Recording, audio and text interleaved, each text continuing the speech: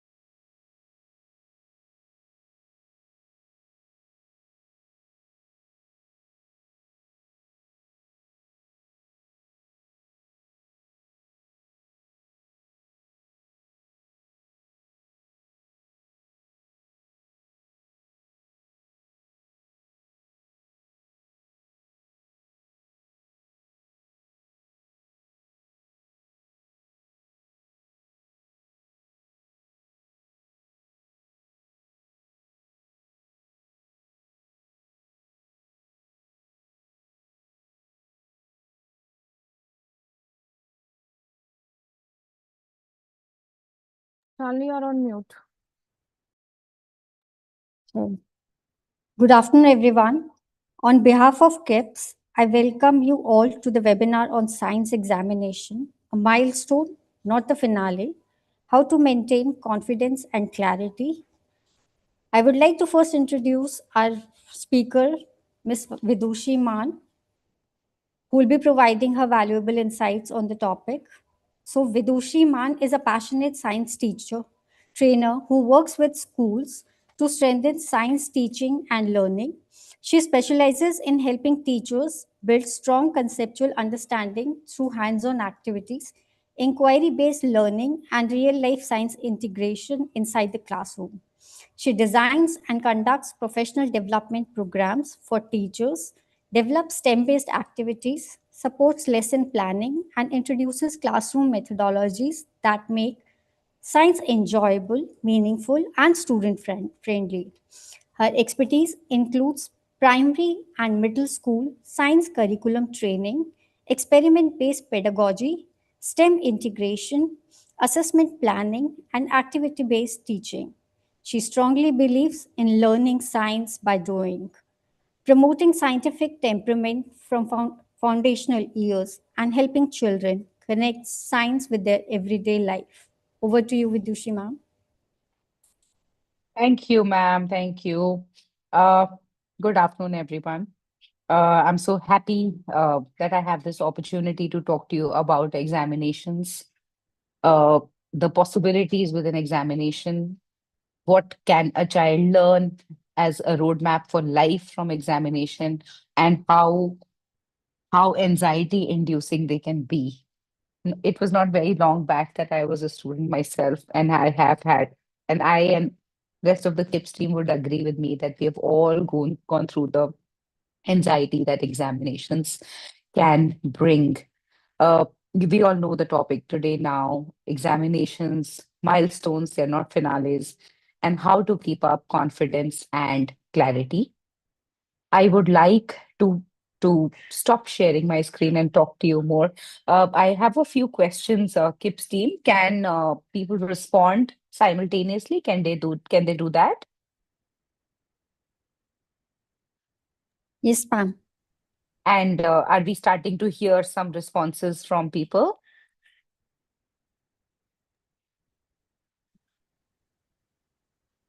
Sure, ma'am. Whenever there is a question or there are some thoughts from students or parents, please do stop me as I am not able to see.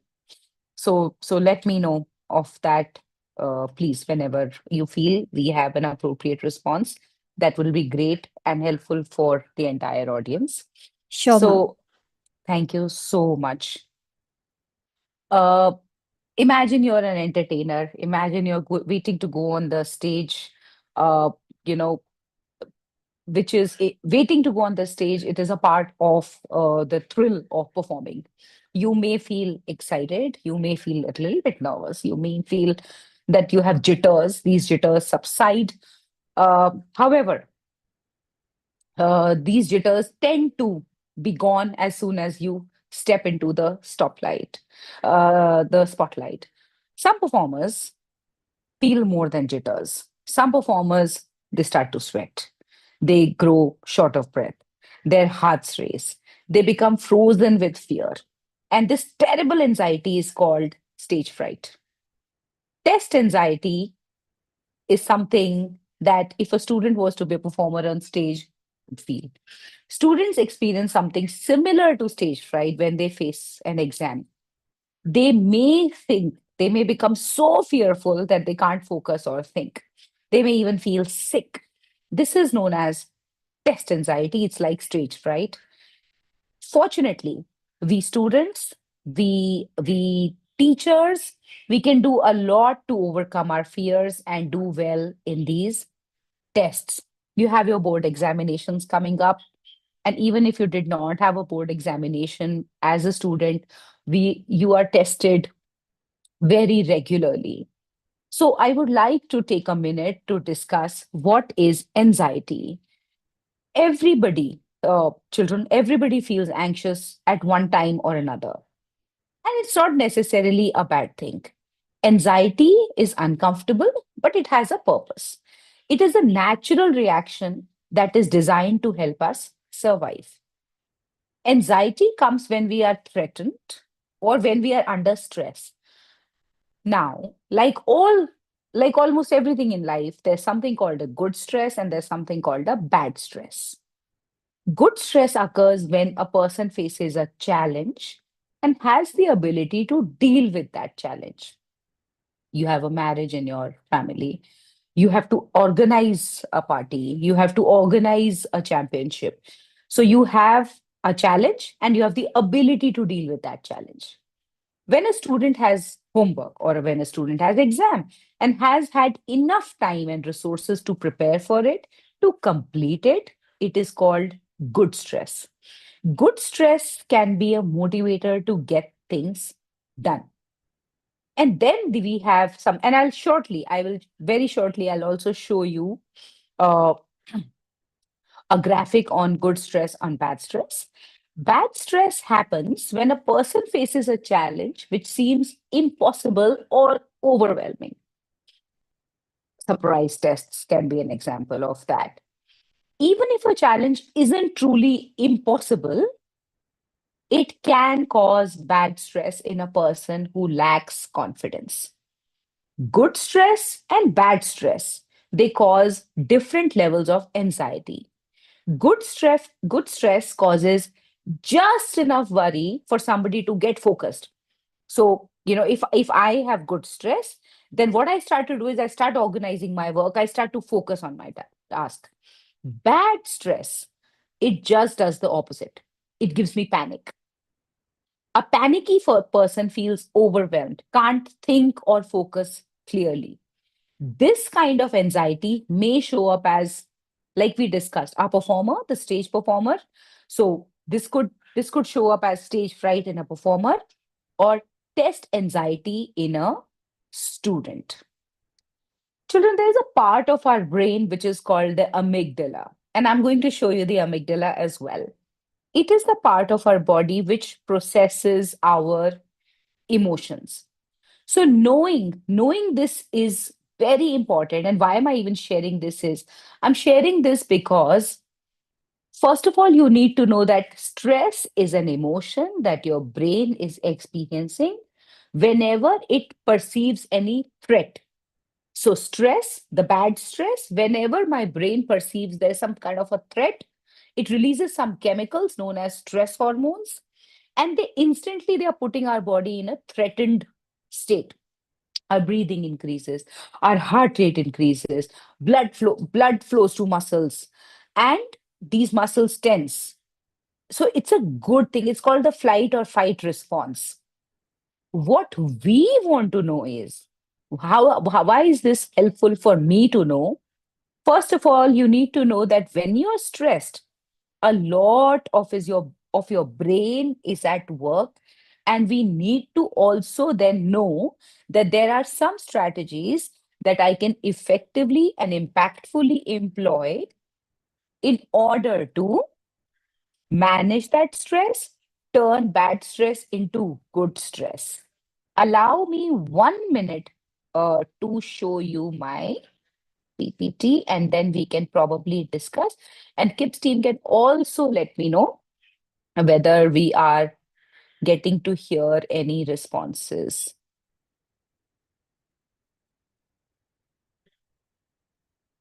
Ma'am, can you see my slide?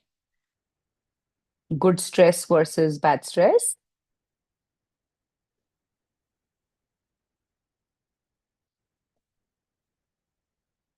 So what we want to talk about today is that both good and bad forms of stress are necessary for healthy emotional balance. So if you are feeling stressed, please don't think of it as bad only. It can challenge us. It has the ability and the possibility to challenge us to do something better. Let's talk about good stress.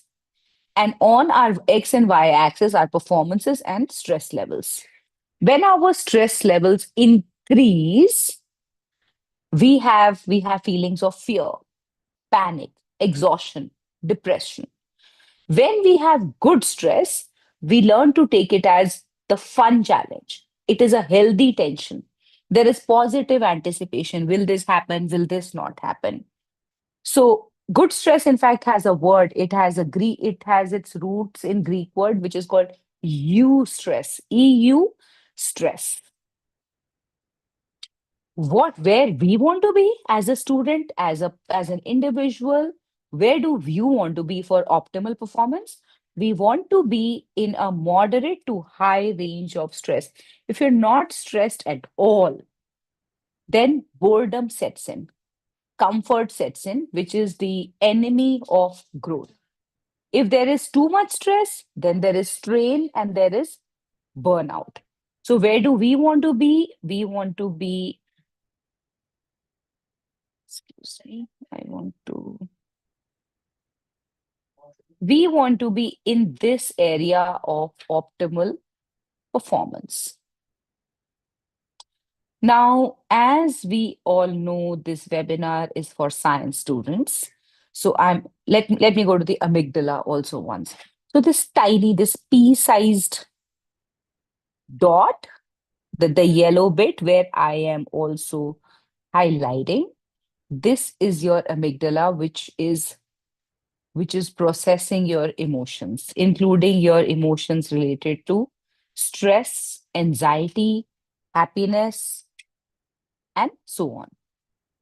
Let us talk about, we will come back to feeling anxious about tests. We'll come back to that. We'll also have an opportunity to see a few videos today, and probably they will also help us navigate this important time, this crucial time of examinations better. So let's first talk about what are teachers looking for. When you are undertaking an examination related to science, what are teachers looking for? Before I do this, if anybody has any questions, maybe ma'am can help us moderate if we are getting any responses. No, ma'am, Uh, not yet. Not yet. Okay. So, and how many attendees do we have, ma'am?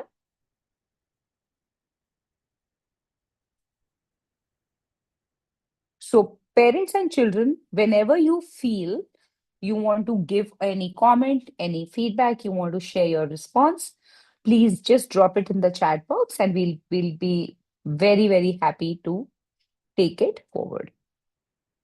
So our first question that we want to ask are, what are science teachers looking for? What are teachers looking for? And because this is a webinar related to science, we will focus on subjects which come under the umbrella of science education. When you answer in your examination, your teachers are looking for conceptual understanding and application. They are not looking for a story. They are not looking for moving around the topic. They are expecting you to talk about your key understanding of the concept. Now, that concept could be anything in question related to sciences. So first, let's talk about application over rote memorization. Teachers always prioritize ability to apply concepts to new real world scenarios rather than recalling definitions. Definitions are important because they often supply the technical vocabulary that we need related to a topic. Marking schemes heavily rely on you using the technical vocab for which ensures that you know what you're talking about. So, for example, if you're talking about noble gases, then you would probably use the word periodic table somewhere. However, how do those noble gases react or do not react with other elements is probably what you want to talk about when we talk about application. What does that application of noble gases look like in real life? Let's talk about cause and effect. An understanding of why a phenomena happens and not just what happens. So, for science teachers, it is extremely important that students are able to elucidate, explain briefly, not as a very long story, because you want to be cognizant of the marks and your ability to complete all questions.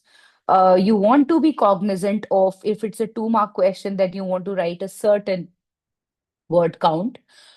So you also, as a very good practice, you must be able to explain why a phenomena happens and not just what happens. And you want to also display conceptual clarity. Students who display deep understanding, especially in higher order thinking skills, which are creating, analyzing, applying, tend to score better. The ones which are getting great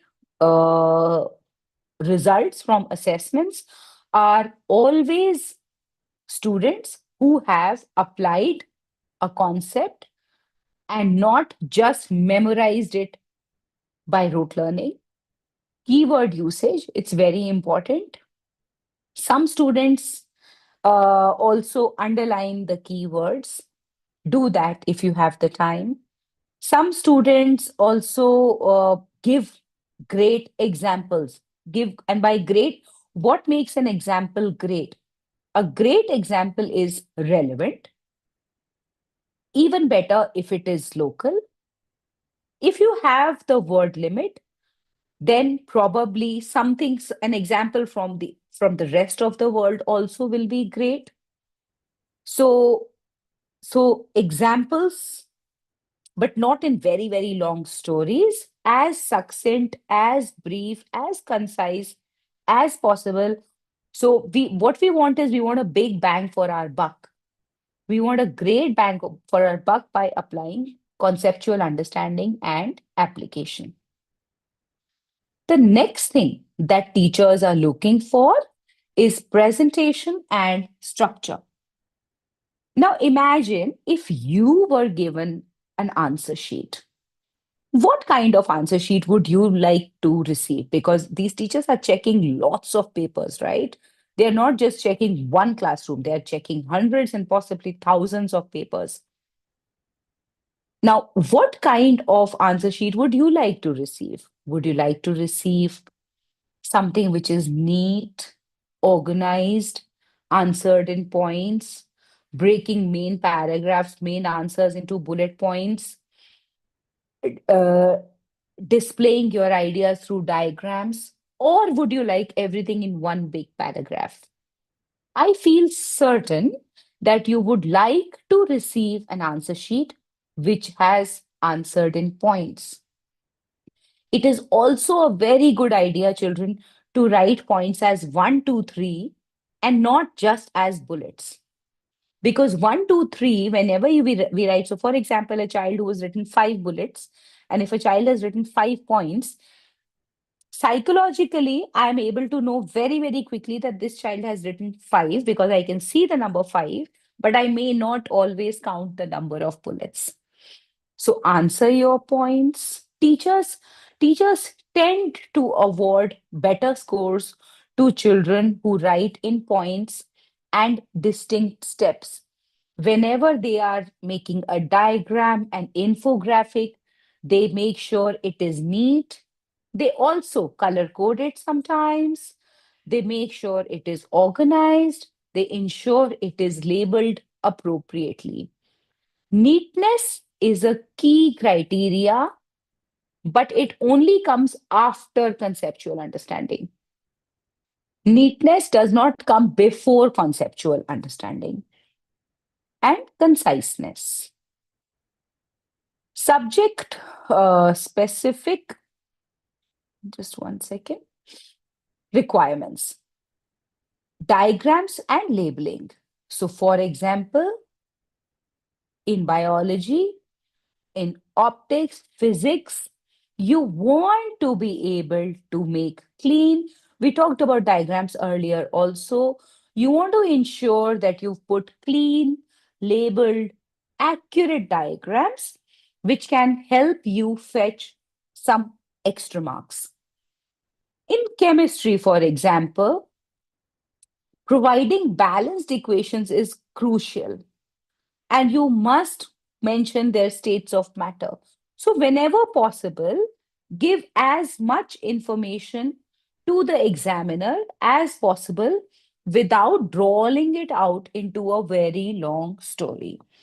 Always identify main idea and key details. So, if main idea is periodic table, then the different elements would be its key details. And then, for example, if you're talking about noble gases, then you can go about noble gases and more details, the different gases which are considered noble and their ability to not react with any other element. So you want to be very careful about identifying your main idea and its key details. Whenever possible, write your correct units for your numericals. Show all the working steps for your calculations. Remember, giving the correct answer without the working steps can be considered work that has been plagiarized, can be considered as rote learning, can even be considered guesswork. You have worked so hard, so you want to ensure that you are making sure that the examiner, the assessor, sees all the working steps of your calculations. Consider that vital. Graph plotting. Whenever you are plotting on graphs, the making the X, Y axis, data points, appropriate scales, units, legends, ensure you do that as well. Another very important thing is I would like to talk about is exam strategy. Addressing all parts, directly answering all subparts of a question. So always read your question, try to distribute your time to different parts to finish all questions, and adhere to the format mentioned in the paper. Let's go back and just review what we discussed briefly. So, what are teachers looking for in a great exam? They are looking for application, appropriate keywords usage, cause and effect, conceptual clarity. They are looking for you to answer in points. They are looking for you to be neat, organized, concise. Concise means brief. You're sticking to the point. You are not misleading the examiner to other areas just to increase your word count. You want to stick to the point as much as possible. Diagram and labeling, writing equations, reactions, units in numericals, plotting graphs, putting in the working steps for calculations. You also want to assure and ensure that you're addressing all parts, you are managing time, and you're following the instructions, you're adhering to the format in the paper. You still have some time for an exam, and organizers like this is a timetable organizer. These are available free of cost over the internet. You might want to go and get some. Maybe you want to print it out, maybe you want to create your own personalized organizer wherein you want to plot your own timetable. But what are some key things that I always tell my own children? I follow it myself. I tell my students also. What are some steps that you want to keep in mind when you are developing a timetable? The most important is that I want to make it appropriately ambitious.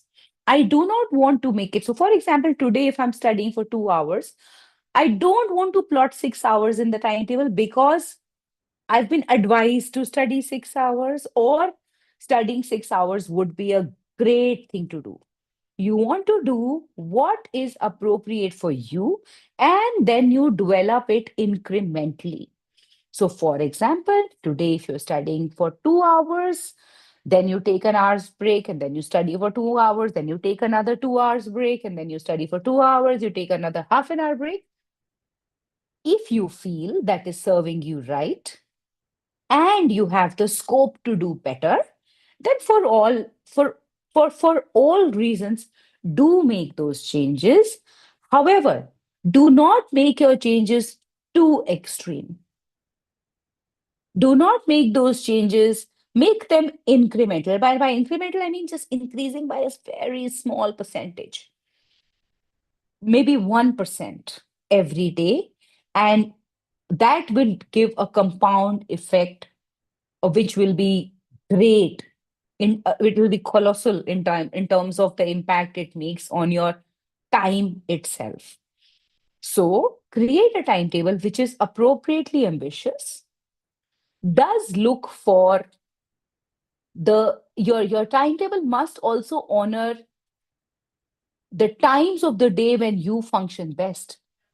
Human beings are not designed out of some sort of a machine that everybody is the same.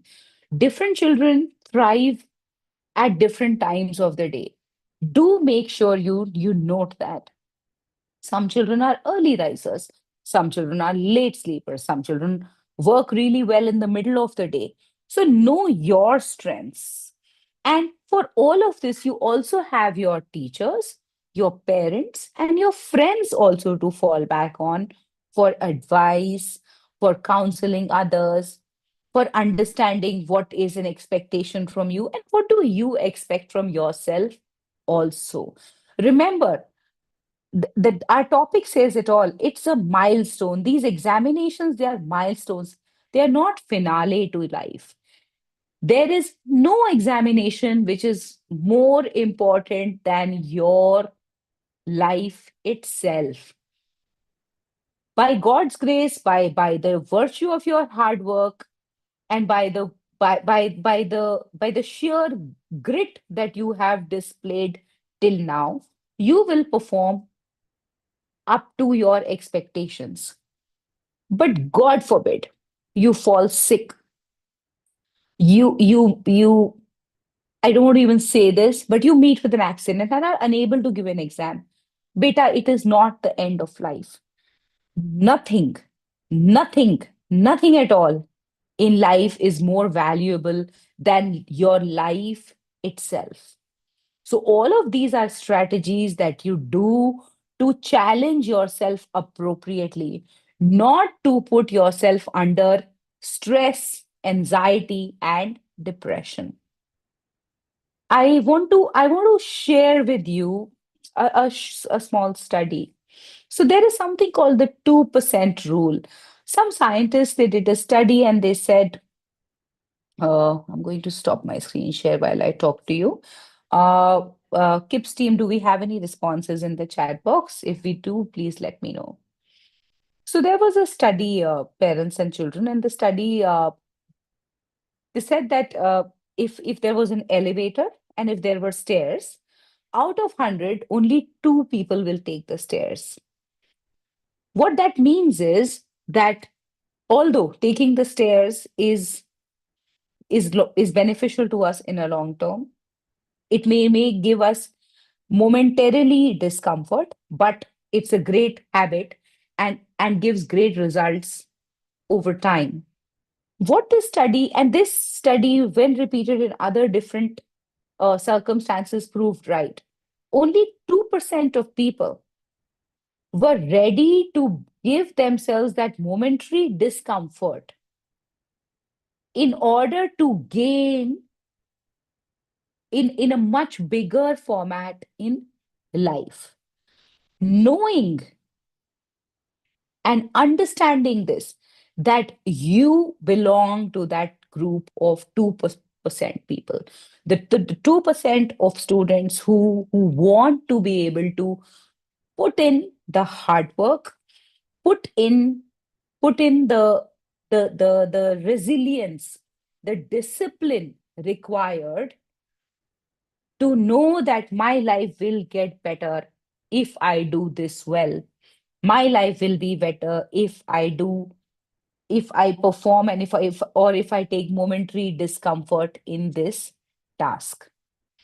I take a short break right now and request for Kip's team to let us know if there are any thoughts, feedbacks,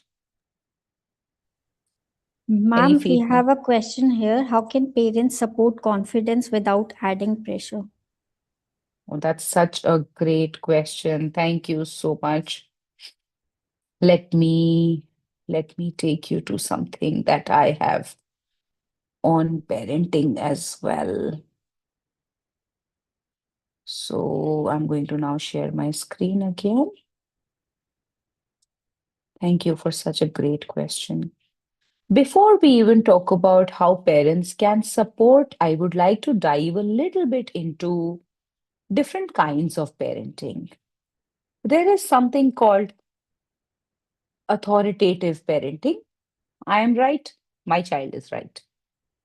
Then there is something called an authoritarian parenting, which is I am always right, child has to listen to me.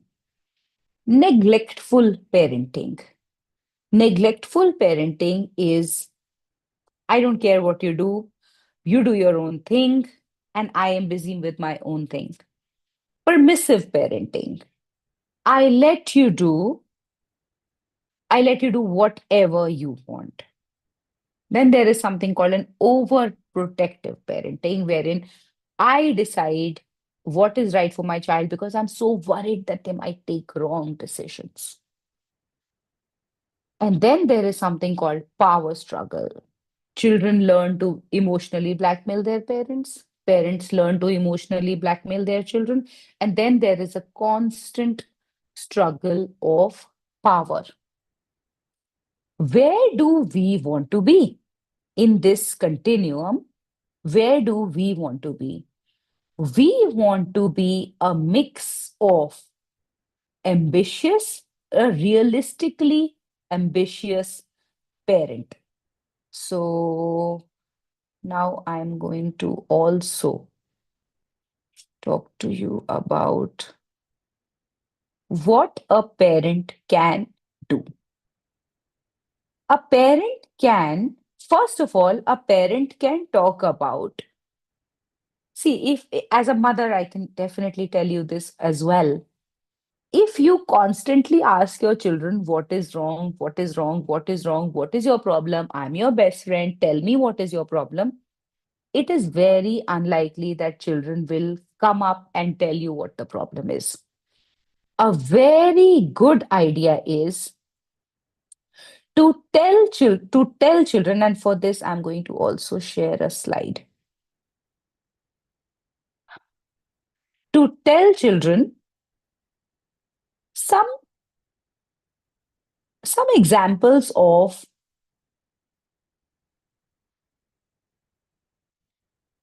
how are you having a hard time yourself. As a parent, you also have hard time yourself, right? So what do you do when you go through a hard time? And then once you have shared your policies, your fears, your anxieties, you will notice that your children are also more forthcoming to you when you are able to discuss your problems. Your, your children will do the same for you. So here are some questions that you may want to ask, you want to tell also. When I'm going through a hard time, I like it when my friends or family dash. So these are some conversation starters. You can talk to your children. So, for example, when I'm going through a hard time, I like it when I'm giving you my own example. If the audience wants, you can also write more in the chat box. When I'm going through a hard time, I like it when my friends and family don't start to shout about the problem. I like it when they're quiet about it. I also like it when they uh, when they try to understand me and not just dismiss my problem. Oh, this is nothing, this keeps happening. So I don't like it when others dismiss my problems. I like it when others try to understand my problem. I don't like it when others try to help by. I don't like it when others try to help by solving it for me. Instead, I like to, and see, everybody, there's no fixed response to this. Everybody can give their own response, what is right for them, what works for them. So I don't like it when others try to help by solving things for me. I like it when I am allowed to solve my own problems. One thing another person that has done that made me feel better. Here, you may want to discuss this as your experience, or you can ask your children to answer this question for you. What is that one thing a person has done for you that made you feel better?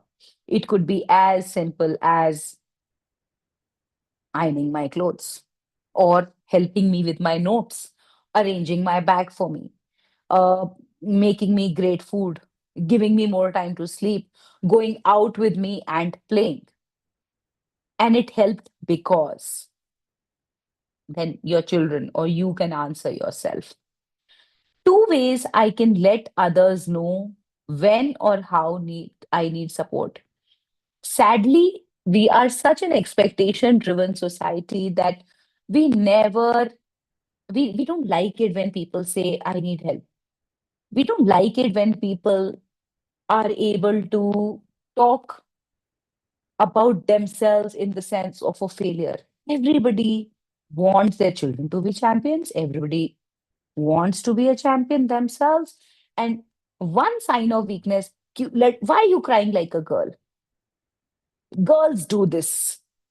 uh, for girls also, there are some gender stereotypes. Boys suffer a lot through this. For girls, they say you keep giggling all the time. So it is not easy to ask for support. So first, as a parent, and because this question has come from a parent, I'm so very thankful to you. You have to let your children know how you ask for support. So that, because children emulate, right? If you are in a home which is shouty, screamy, it's very likely that your children are going to be shouty and screamy also. If you are a family that likes to travel a lot, it's very likely that your children will also like to travel a lot. If you are a family that is emotionally dependable, then it's very likely that your children will also do that. If you are, as a family, are not truthful, then it won't be a surprise if your children lie also to get by in life. Our children emulate what we do. If you lead an active lifestyle, children will do that also. It's very likely. There is no hard and fast rule, but it's very likely. So, telling children through your own action that this is how I feel when I'm going through a hard time. Beta, what are you going through a hard time? Get enough opportunity in your life to tell your children you love them. For some parents, it is not very easy to say, I love you, especially children of my generation, millennials. Uh, they would agree that our parents found it very difficult for them to hug us, for them to say a kind word, for them to say it's okay. But my real hope is that people who are now parents like me, I have two teenagers. It's I my hope is that they have more open conversations with their children. So, to answer your question, here are some strategies that you might want to use. I'll be very happy to hear of your response in the chat box if you felt these will be of help to you. How can you support others is another key aspect. Someone I know who's gone through a hard time is. Do I know somebody who's going through a tough time? What was the situation? I could tell that they were feeling bad because. Why was this person feeling bad? And how could I tell? I could tell my friend was having a hard time because she was distracted. She was losing weight. She was underconfident. She's usually a very confident person, but now she was underconfident. The kind of support that they liked or they seemed to require was this is similar to how I got support. So these are conversation starters, parents, that you may want to use in your homes. Children, you can use these conversation starters with your own friends also. So I'm going to stop my screen share here for a while and let us also have an opportunity to kind of review. And are there any more questions for me about what we've discussed? Yes, ma'am, there's one more question. Mhm. Just a second. What are the biggest confidence killers students face right before the exam? Okay. Biggest confidence killers. This I will talk from my own experience. Biggest confidence killers are rumors that this year's examination is very tough. So, rumors, because nobody knows what the exam is.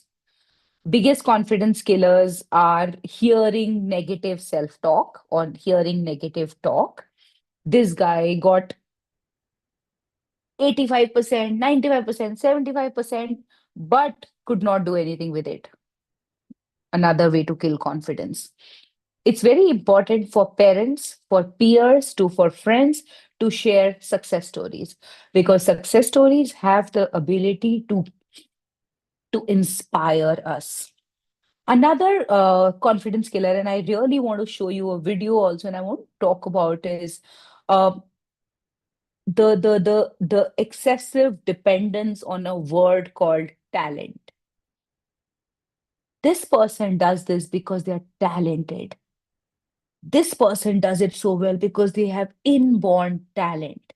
But what is talent? Talent is hard work into discipline. Something that you keep on doing becomes your talent.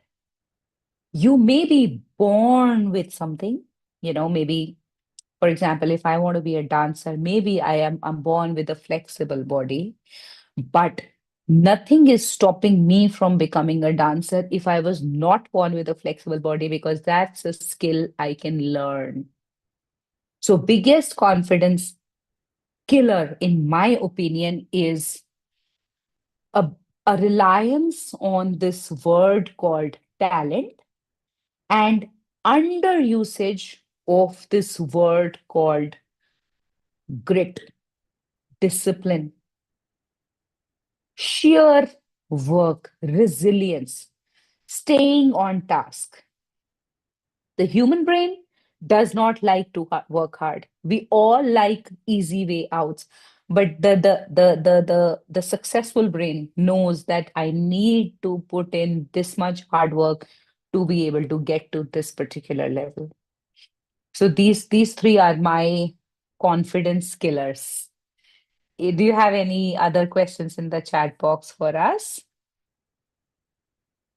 Ma'am, one last question is, if you could give one piece of advice to a nervous student, what would it be? Okay. I will. Is this from a student? Yes, ma'am. Okay. So I want to give you some advice, and first I want to give you a lot of love, beta.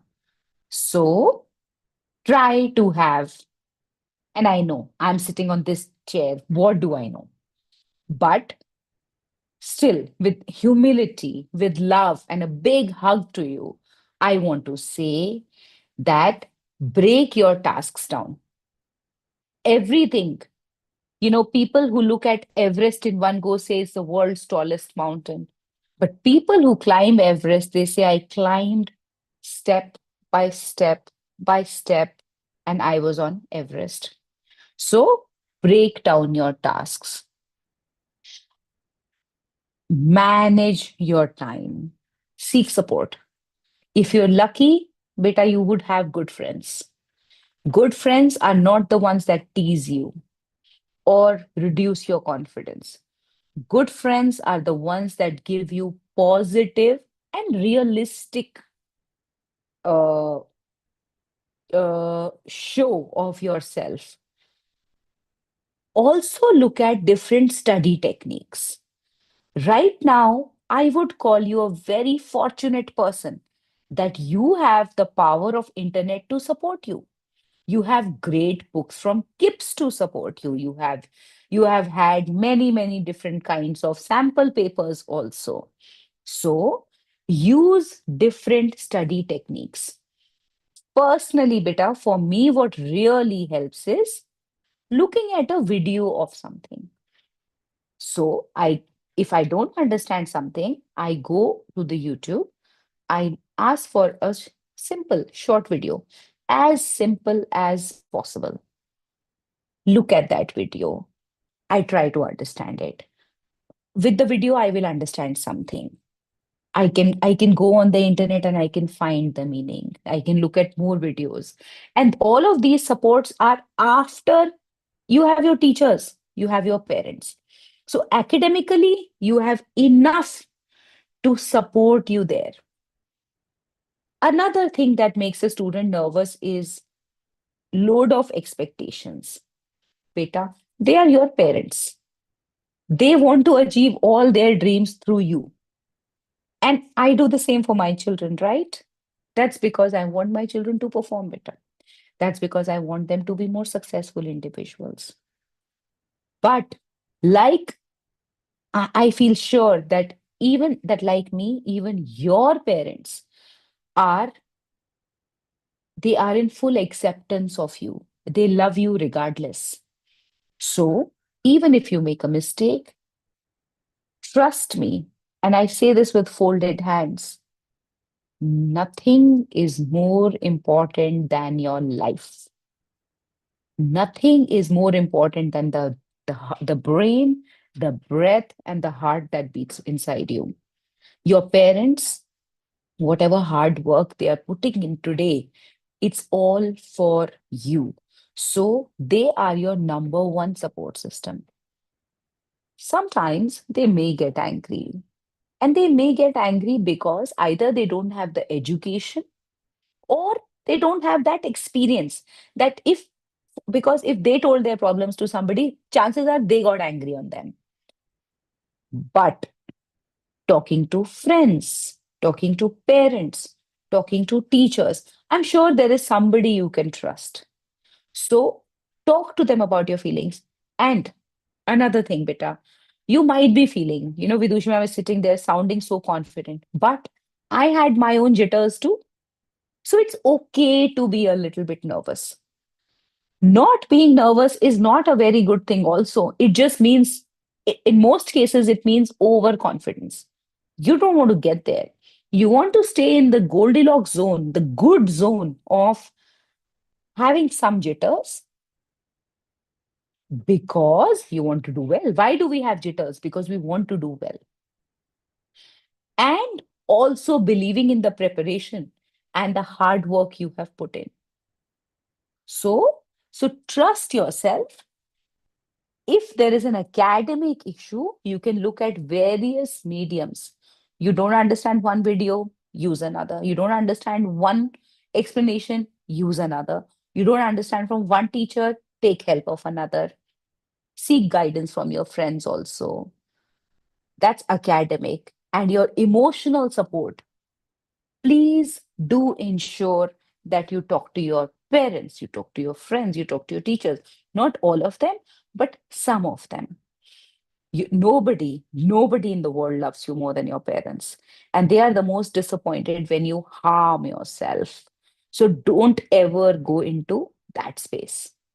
I don't want to sound too demonic or disturbing to you, but every year, precious lives are lost because because of some uh, underconfidence that children feel for themselves. So don't be there. We have all made our mistakes.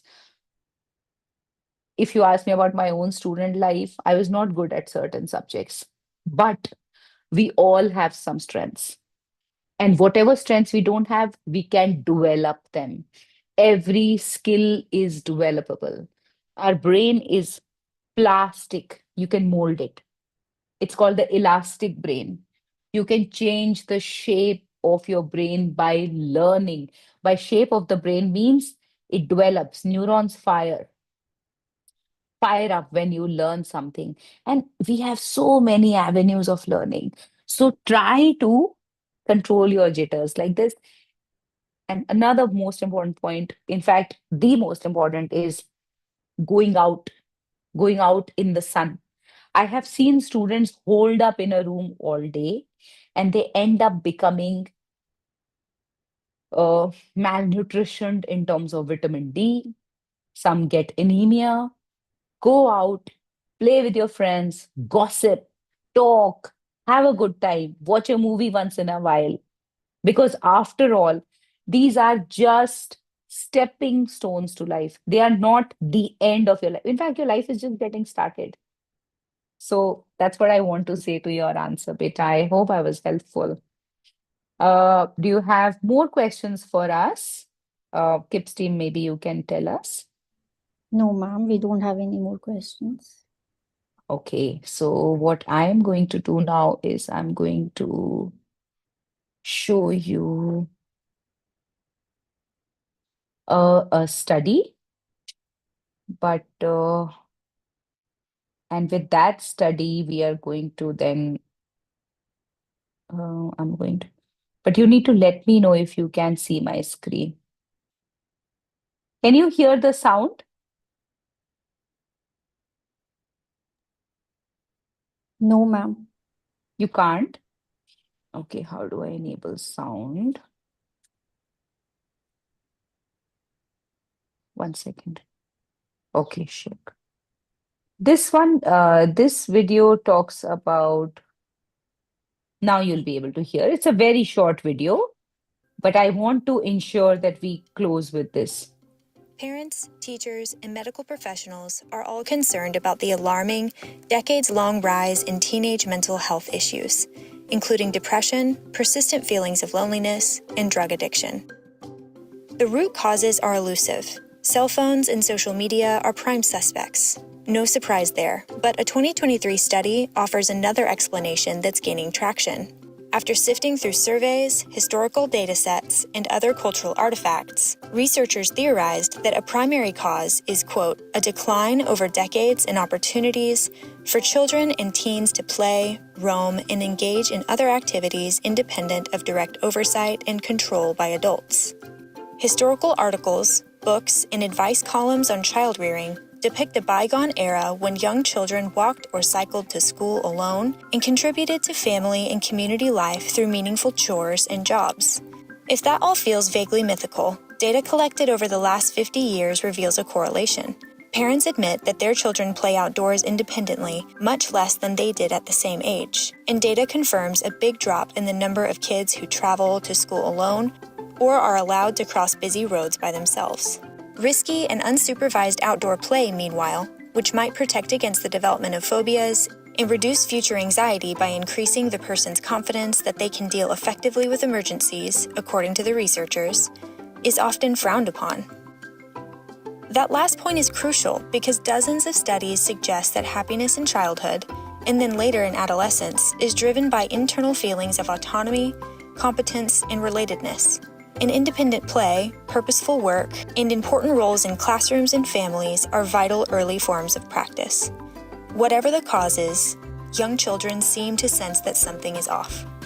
In one 2017 study, kindergartners who viewed images of fun activities routinely struck pictures that included adults from the category of play, rejecting the role of grown-ups in a domain that they clearly saw as their own.